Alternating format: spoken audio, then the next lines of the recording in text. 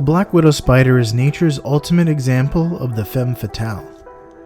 An unyielding queen in the middle of her silken throne, waiting for the lowly male, driven to her by an instinct most basic.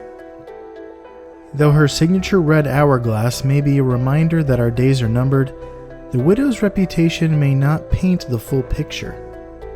Still, she's just one of many animals that engage in a sinister practice that's common in life, death, and taxonomy.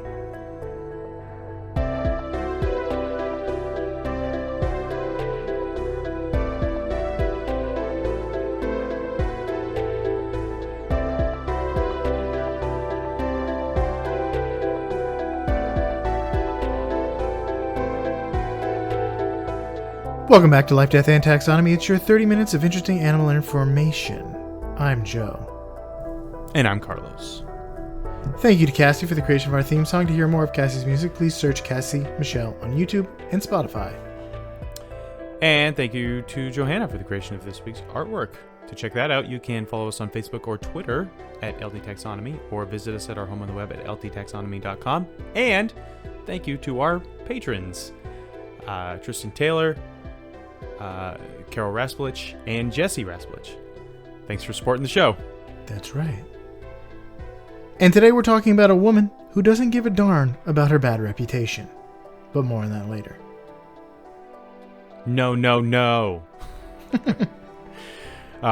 We watch Shrek every New Year's. It's Bibi's New Year's tradition. And she's bent on making it the tradition of our family going forward. I watched Shrek like 3 times in my life before meeting her, and now we watch it every year. So I probably wouldn't have even gotten that reference had that not been the case. We saw like one of the last showings of the Shrek 3D experience at Universal before the thing was shut down. They shut it? They're not doing that anymore? Yeah. Huh. I was disappointed. We waited in line for a while for that. And you have to wait in like a waiting room where they recap the entire story of Shrek 1 and 2, I think. I mean, those 3D experiences are never that good. But since it was shutting down, we did it. Under no circumstances would I have done it if it wasn't the last time to do it. This is like when the artist dies and suddenly all their art becomes very valuable. Yeah. But yeah, this woman cares a lot about her reputation. She just doesn't want to be messed with. We'll see. We're talking about the Black Widow, which is... I don't think any animal cares about their reputation. Except for animals that engage in mimicry. I was going to say, like, I bet you the Viceroy butterfly cares a lot about But he doesn't care about the Viceroy butterfly's reputation. He cares about the monarch butterflies. The monarchs. Yeah. Yeah, but he's linked his reputation to the monarch butterfly. And coattails. Yeah, so he's riding his coattails. Yeah, this is appropriate. I just watched Black Widow for the first time 3 days ago, and it was pretty funny. And I think I watched it for the second time 3 days ago. We were watching it at the same time, and we didn't even know it. Was it Saturday? Saturday night, yeah. Yeah. Oh no, Saturday in the middle of the day, and then we had the kids got up, and we ended up finishing the last like 20 minutes at night. But yeah, and then we immediately watched Logan, and then I remembered what good movies are. And I was like, oh yeah, this is what it feels like to not be watching Boba Fett or whatever is happening. The Disneyfication of Marvel. What a gamble Logan was. Anyway, it paid off. The Black Widow is also known as the Western Widow here in science. And I was struggling to find some nicknames, and when I struggle with finding nicknames, I go to Bibby, and we do some brainstorming. And this one was probably the most fruitful nickname brainstorm yet. So here it goes. We're going to call the Black Widow here the Deadly Damsel, The Take It or Weave It, X's and Oh No's, Final Fantasy, Heartbreak Warfare, Hey. and Gamer, Romanov Stroganoff. Wait, why that one? Sorry, that one's so dumb.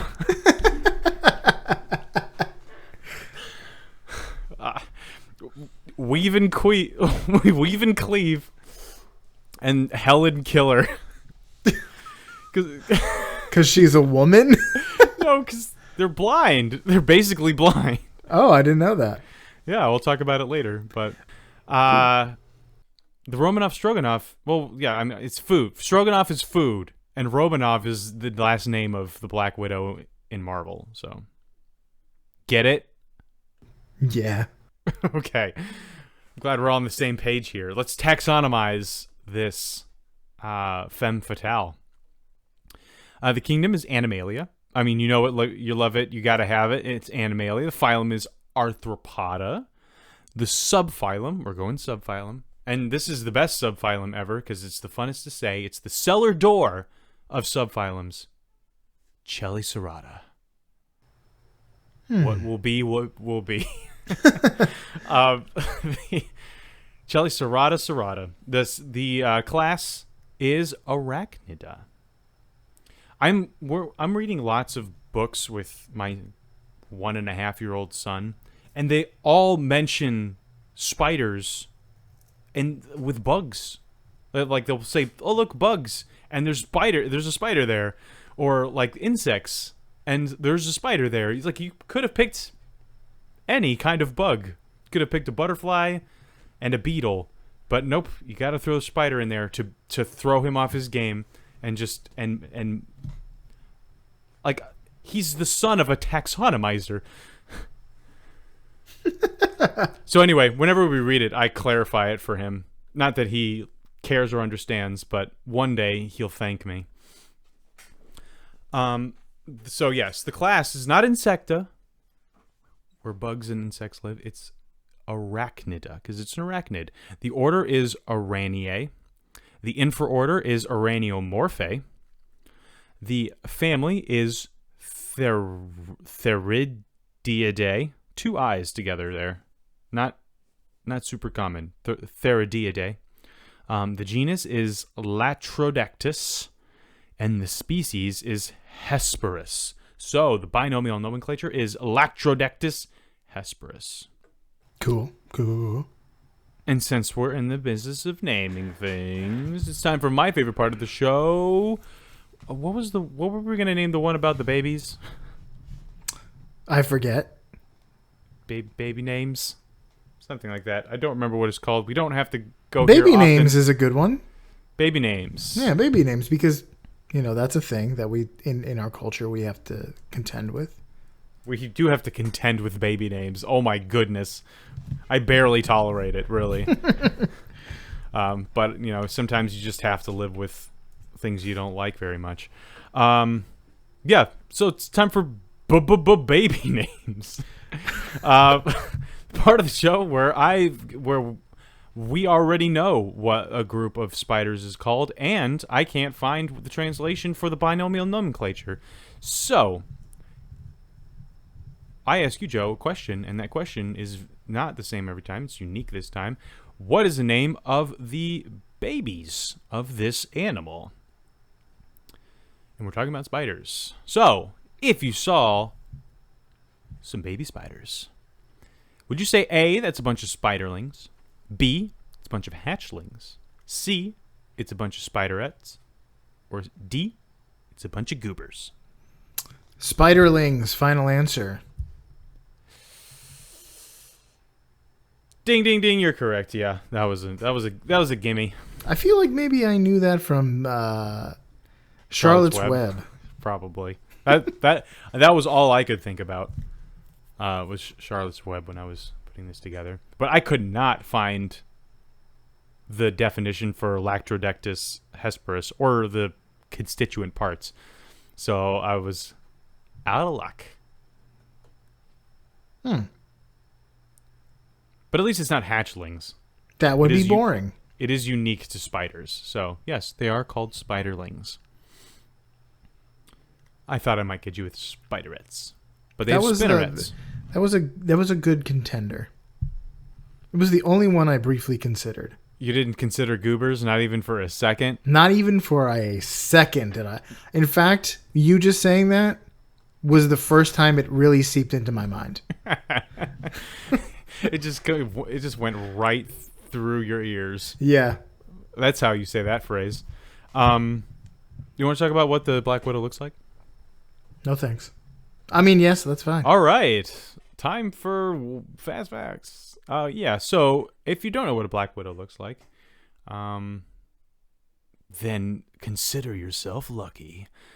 No, so they have very strong sexual dimorphism, which means that the males and females look very different. Females are large, girthy orb spiders with long legs and bulbous abdomens. Do not use that to describe human females. It is just for the Black Widow. Their bodies are jet black with the trademark red hourglass mark on the underside of their abdomen. And I think I've even mentioned this on the show. There was one in my garage, and Bibby came in and she was like, "There's a big spider in there. I mean, it just eats bugs, right? It should be fine." And I walked in there. I was like, "That's not fine," because it was it's once it crawled around to its other side, very clear red hourglass mark on the underside.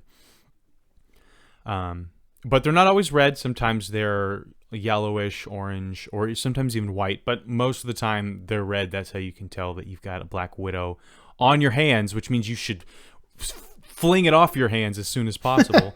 Some are all black, which is scary. Yeah, I mean they have a pretty. They're like the silhouette they cut is pretty unique as well.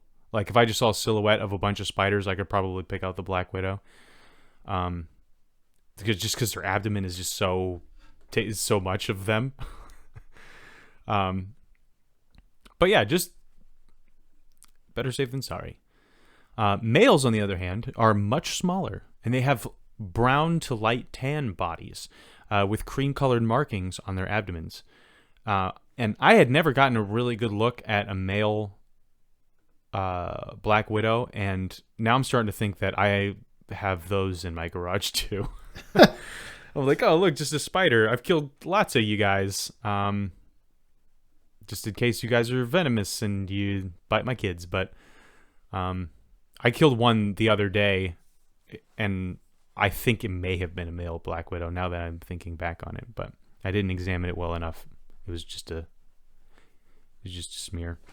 Loosely related, I was in a coffee shop today and they had the door open, and I saw there was a bee flying around, and then I saw a second bee flying around, and then I turned around, and at the window were like 5 to 10 bees just trying to figure their way out. Just bees everywhere in this coffee shop. Oh my goodness. And I got up, and the barista was like, "Oh, what's up?" And I was like, "Bees, bees are up." And she came over and she's like, "Oh," and then she just she grabbed a paper towel and was walking towards these group of bees to start squishing them. But at that moment, another person came in and she had to run and serve them. So, and then towards after a little while, they found their way out, and there were only a few left. Oh, you stuck around for the bee apocalypse? Well, the lady the lady that had just come in was from the restaurant next door, and she was like, "Oh yeah, we get those all the time. They're pretty docile. They won't sting." That is a gamble I would not want to take if I was allergic to bees. It's like, oh, well, I guess I'm not eating at any of the restaurants or coffee shops in this strip mall. Well, I don't know that I'm allergic to bees. I've never been stung by a bee, only a wasp. I don't know if I've ever been stung by a bee. Definitely been stung by many wasps. And yellow jackets and hornets and things like that. I think I mentioned that on the show in like July-ish, but I mean, it's a lot. It's commitment for a bee to sting you because that means it's killing itself. Mm-hmm. So they usually, I guess, are more likely to sting you if you're near their nest. Where were we? Oh, male. Order brides. No, male.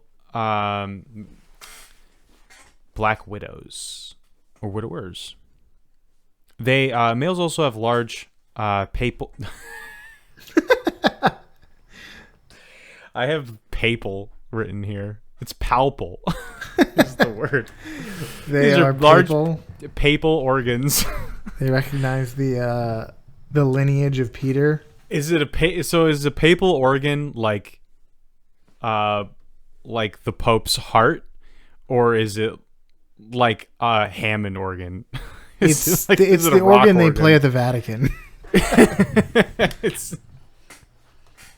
That's the papal organ. Organ. I can't say anything. It's the papal organ. Papal Oregon is a Catholic organization in the state of Oregon. In this, yeah, I think that was on an episode of Portlandia. No, they have palpal organs, which are these large disc-like things, and they're on the ends of their mandible-like appendages called pedipalps.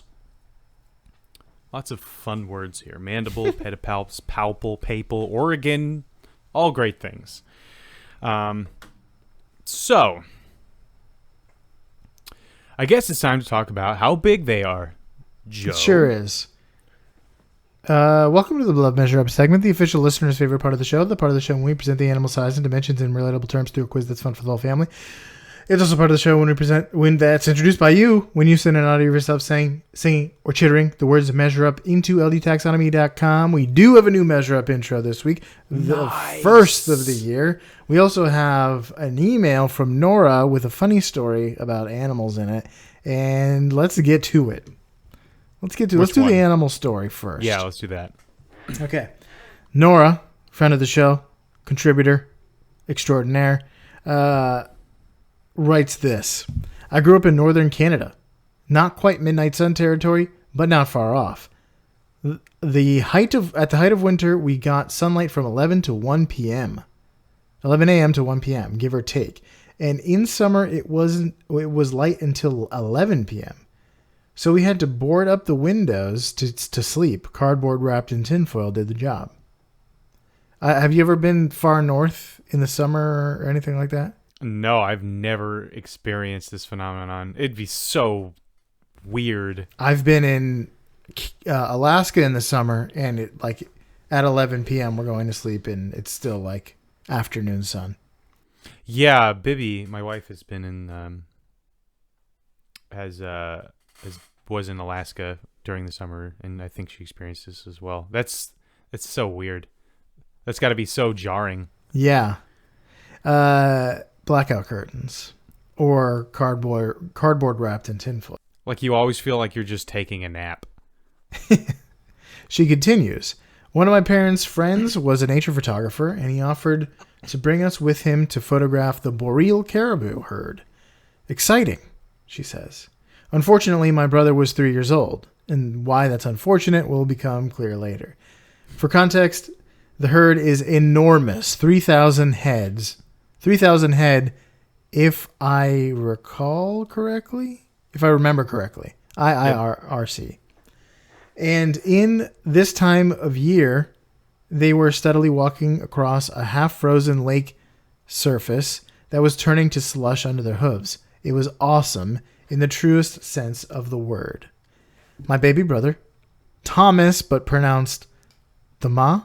How do you say Thomas in French? I'll never get the accent right. That but sounds it's Thomas. Right. Thomas. Yeah. So, her baby brother got so excited that he took off running out of their hiding spot, top toddler speed, shrieking at the top of his lungs, "Caribou!" Top toddler speed. 3,000 caribou looked up suddenly, and then 3,000 caribou took off running in the opposite direction. Not a photo was taken that day. You have never seen anything so funny as a grown adult trying really hard not to be mad at a toddler who has no idea what he did wrong.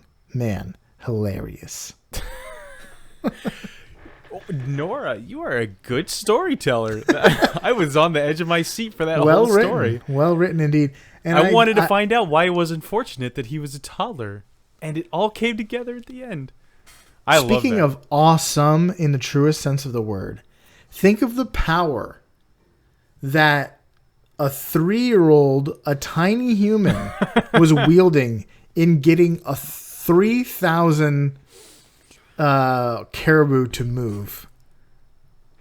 Yeah, one of the things that you notice with a toddler is that what they really enjoy it when they do something and interact with the world and it changes consistently. Like that's why they press a button and it lights up, or it says a thing, or they say, like, they make a sound and you laugh, and then they make it again and then you laugh again, and they like the exerting power over the world around them. That kid must have been flying high. Thomas will be chasing that high for the rest of his life.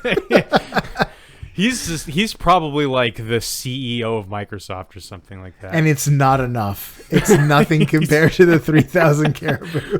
He probably tells that story to all of his employees now. 3 years old is enough to be remembered. Yeah, and the way he probably gets his people to do things for him is he just yells what they are at them. I'm sure he remembers this. Well, or maybe not. Who knows? Nora, let us know. Does your brother remember this? Maybe it's one of those things where, like, you don't really remember it, but people have told you the story so much and so vividly that it becomes a memory kind of thing. I don't know. You conflate it with actually remembering it. Yeah, I know exactly. Yeah, and then, like, you have a mental picture of what you've only been told. Mm-hmm. Okay, let's get next story, thing. Nora. Next Thank thing. you. Moving right along. We have an embarrassment of riches when it comes to listener interaction for this episode. Yes. When it rains, it pours. So this one's coming from Jennifer. She's interacted before. Did she send a recording before? She might have. But Jennifer with a U, which is fitting for an animal podcast. Without further ado, the listener's favorite part of the show.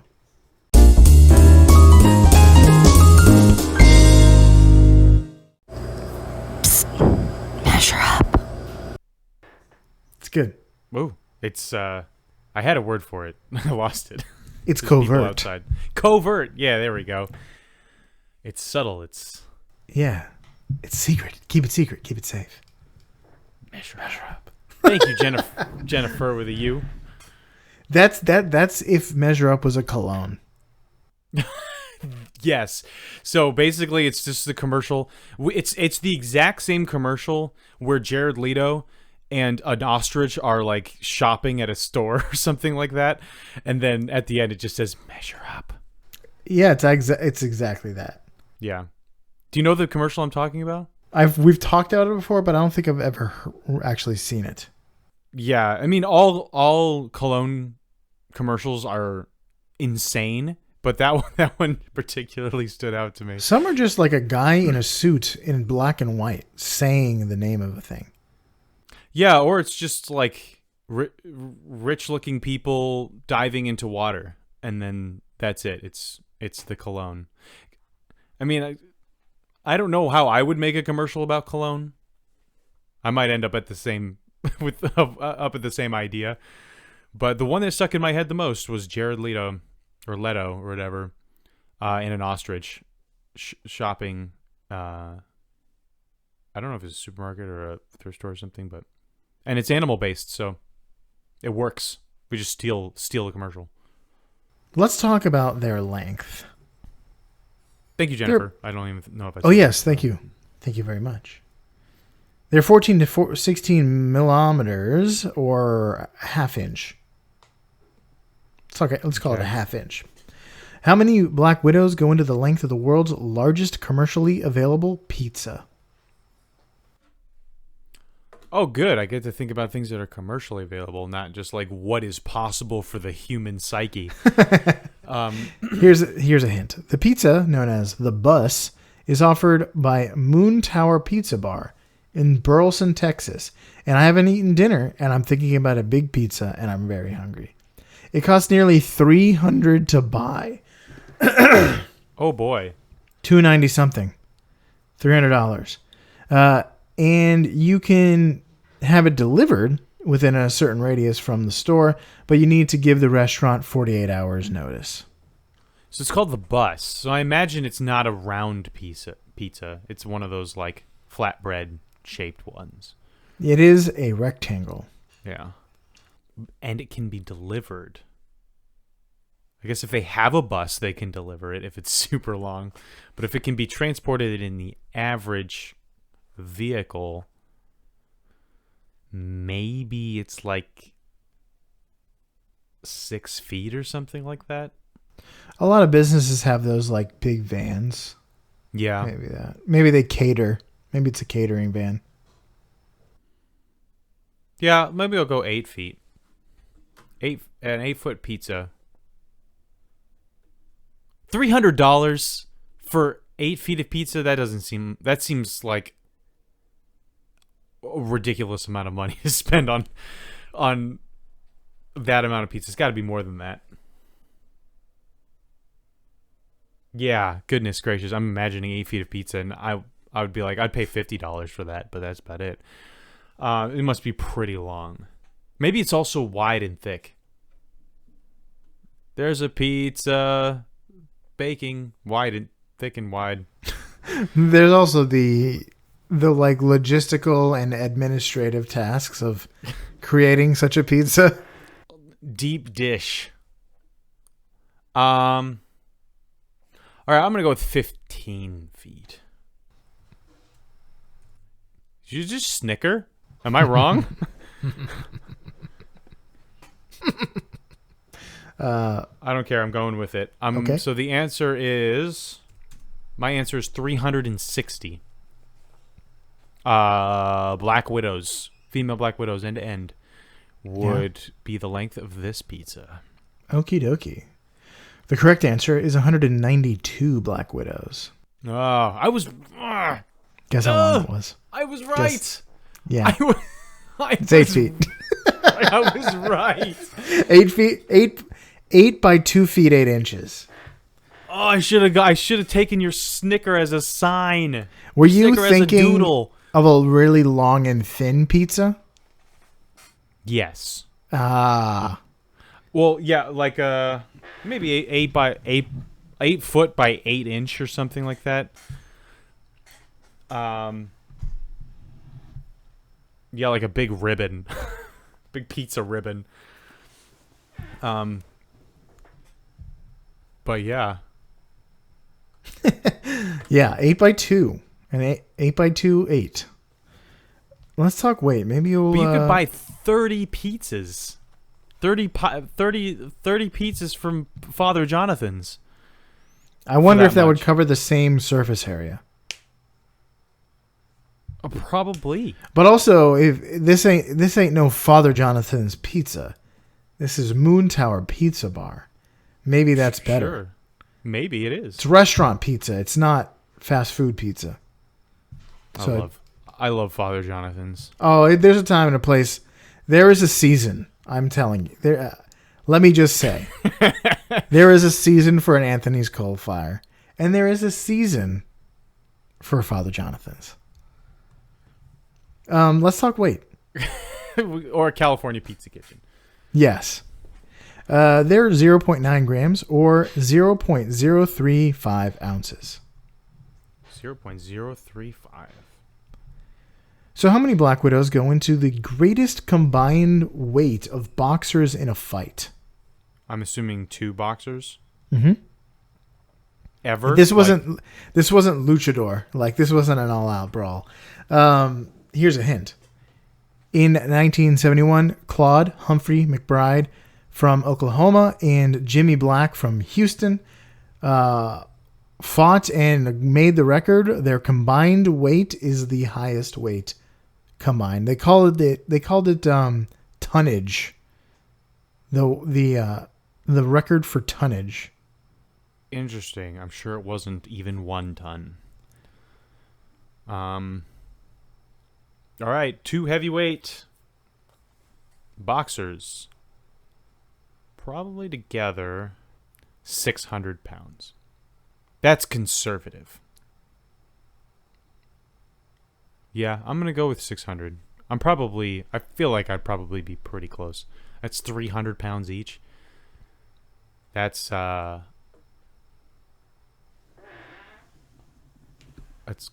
quite a bit. But man, if they're tall and muscular, then that would be more. I'll go with 700. We'll give them each 350. That's very heavy. If they're both tall though, then I'm imagining like Dwayne "The Rock" Johnson. I imagine he weighs like 350 pounds. All right, so 700 pounds.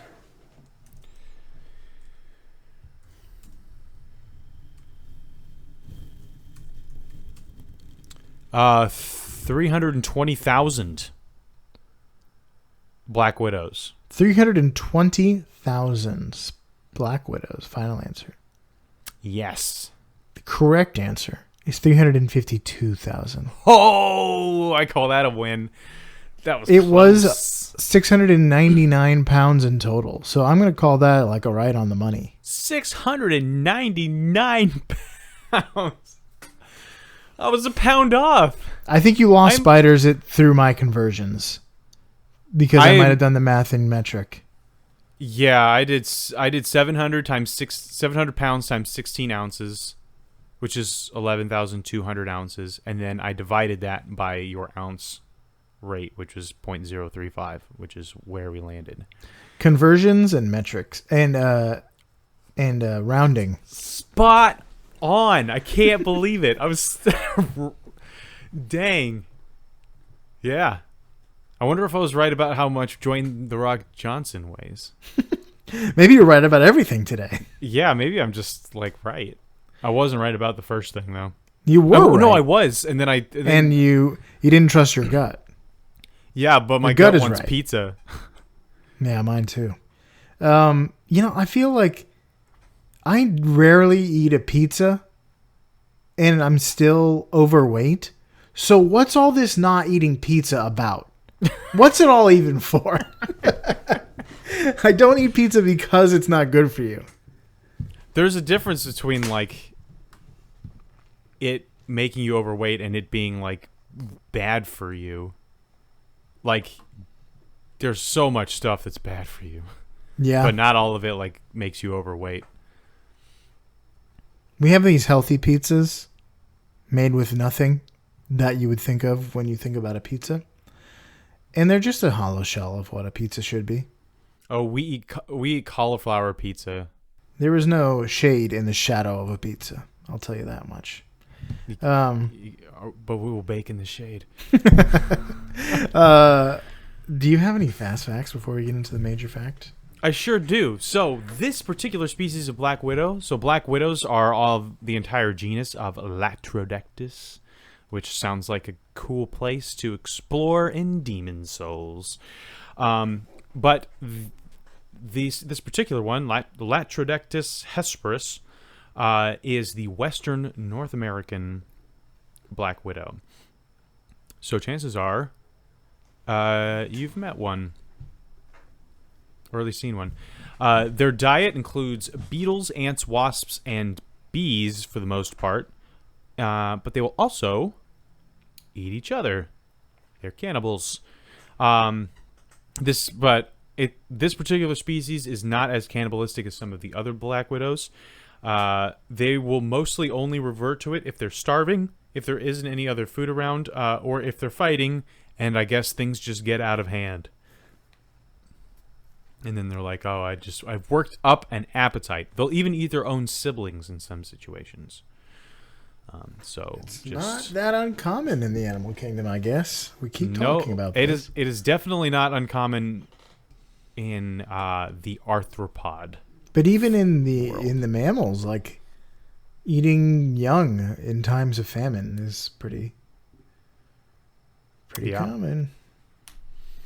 It's brutal out there. Thank God he made me a human.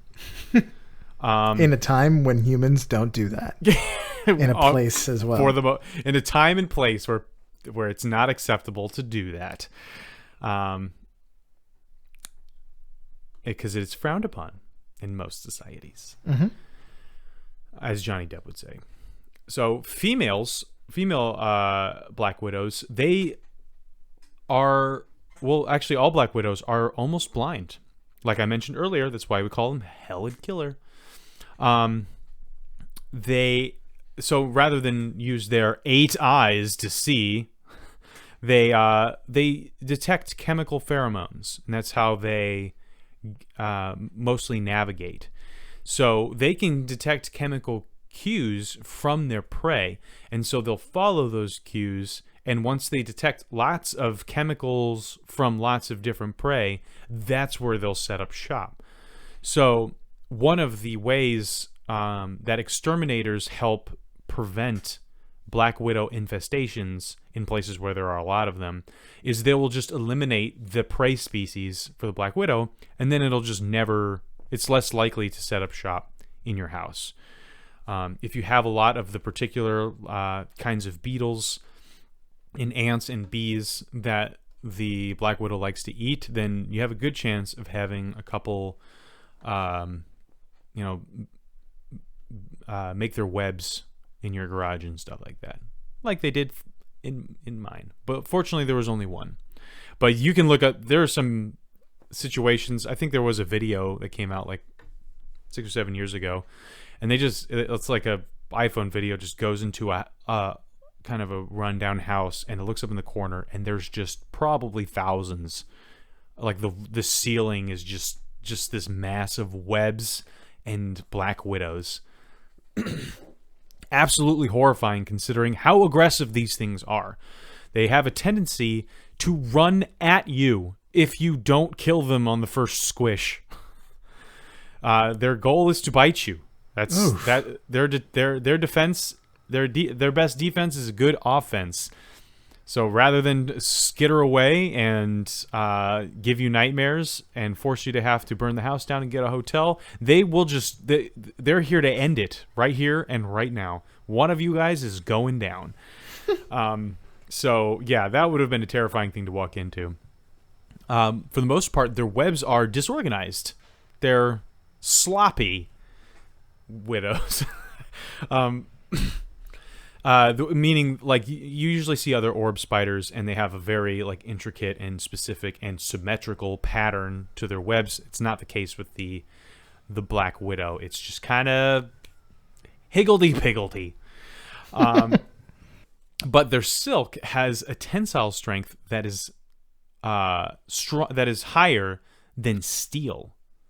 So super, super strong silk. I think we mentioned this in the one spider that strings across like an entire river. I forgot was that the Darwin spider? I think it may have been. Anyway, spider silk is usually very, very strong, or has very high tensile strength, and black widows have some of the strongest.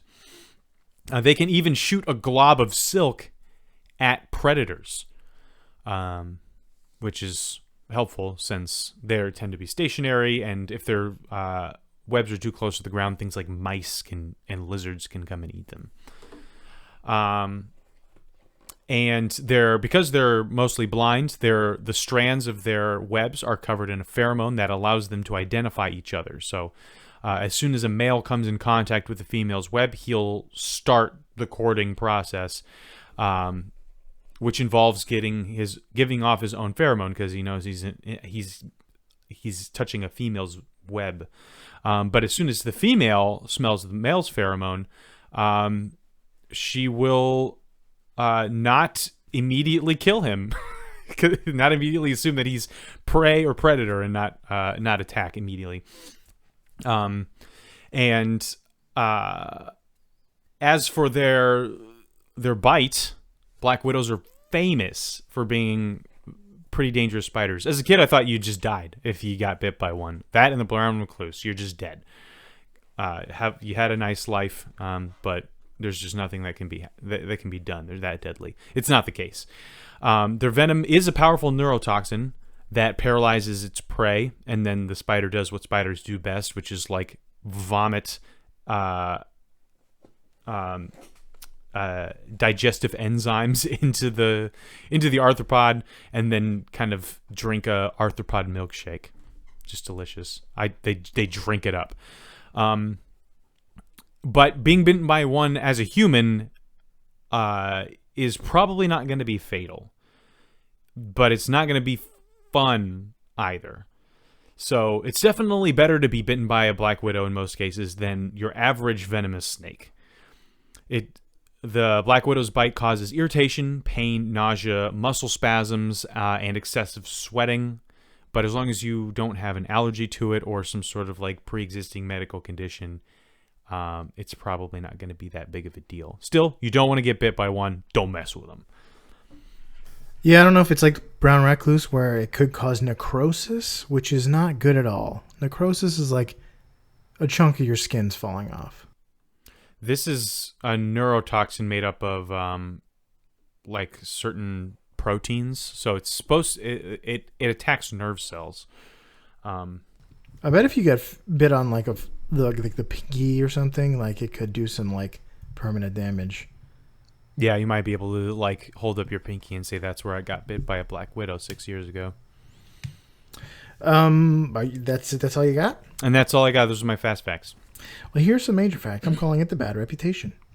Black widows, you mentioned, can engage in cannibalism, but they're probably one of the most famous examples of sexual cannibalism, which is when an animal eats its mate after mating. In fact, this practice is how they got their ominous name. But as we've heard several times before, eating your mate is not that uncommon in nature, especially in the world of small arthropods. The black widow female's reputation as a femme fatale may be overblown. At best, it's an overblown rumor. At worst, it's libelous.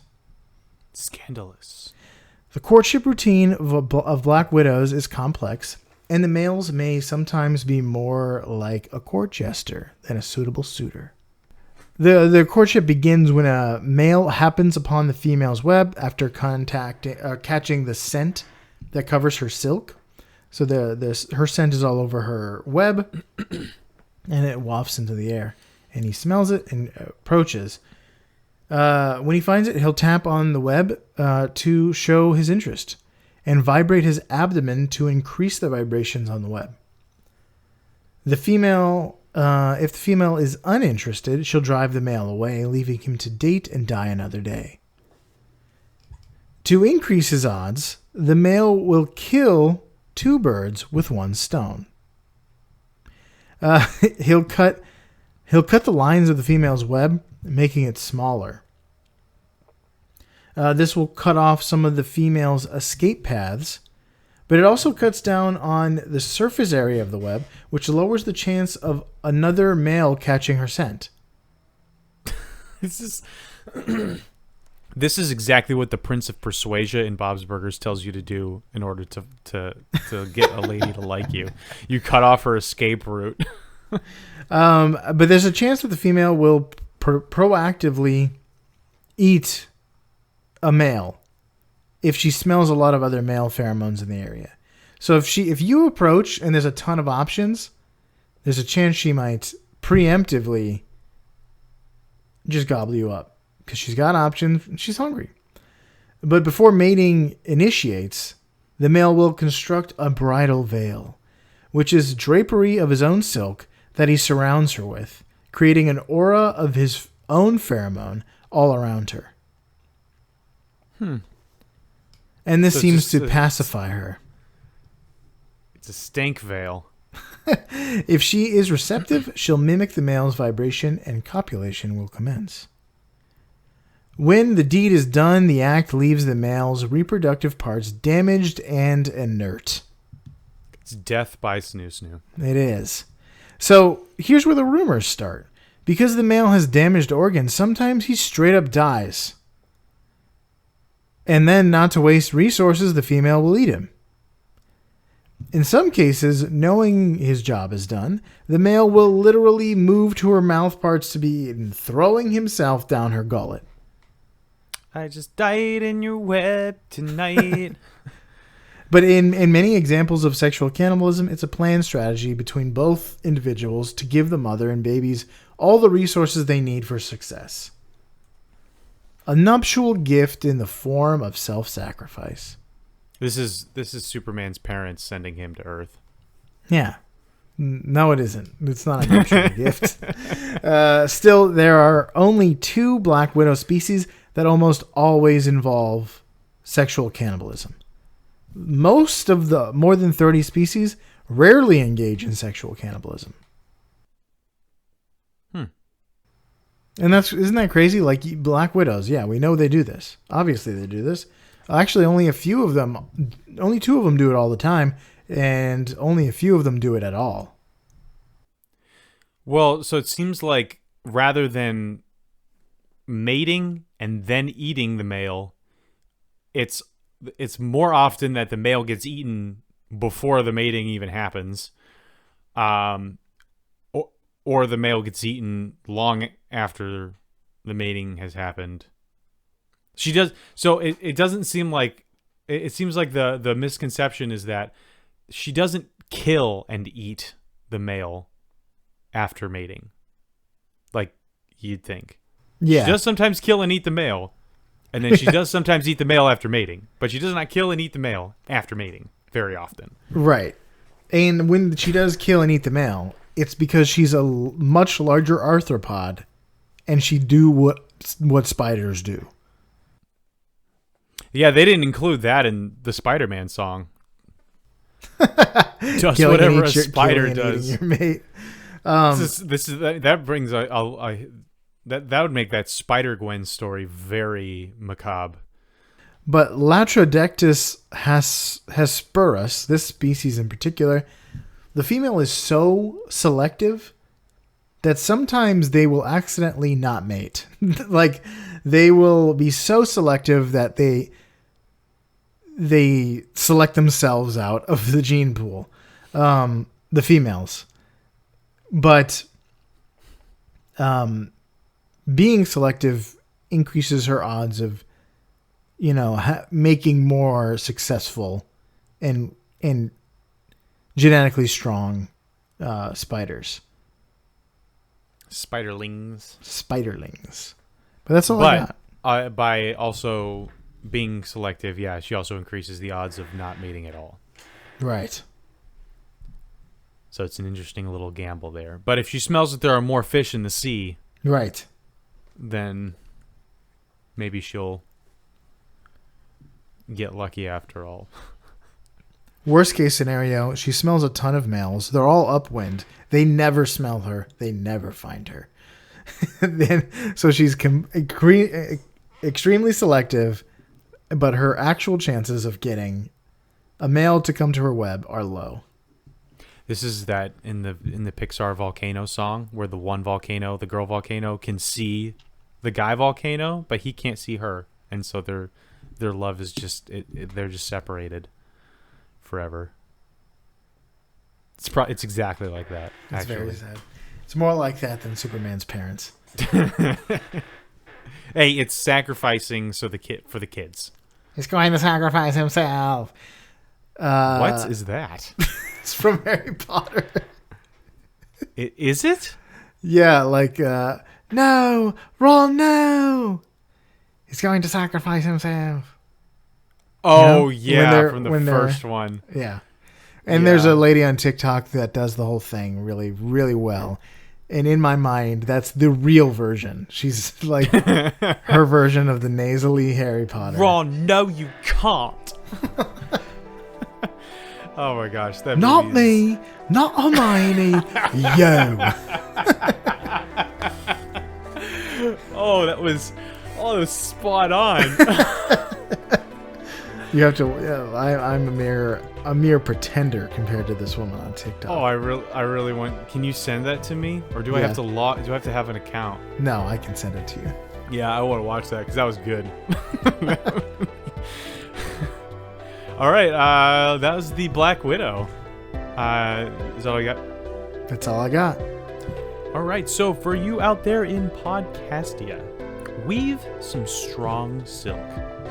Keep your webs disorganized.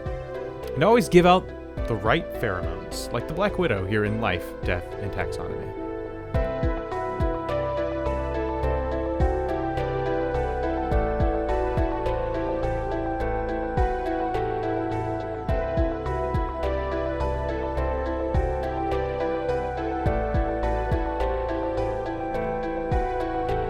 Hey Taxonomy Titans, I just want to remind you that we now have a Patreon. Patrons can see full video episodes and get shoutouts on the show. But ultimately, it's a way for you to help us cover some costs and get even better. Still, reviews are the best way to help us grow. So if you haven't left one yet, we'd really love to hear from you. As always, thanks for listening and engaging.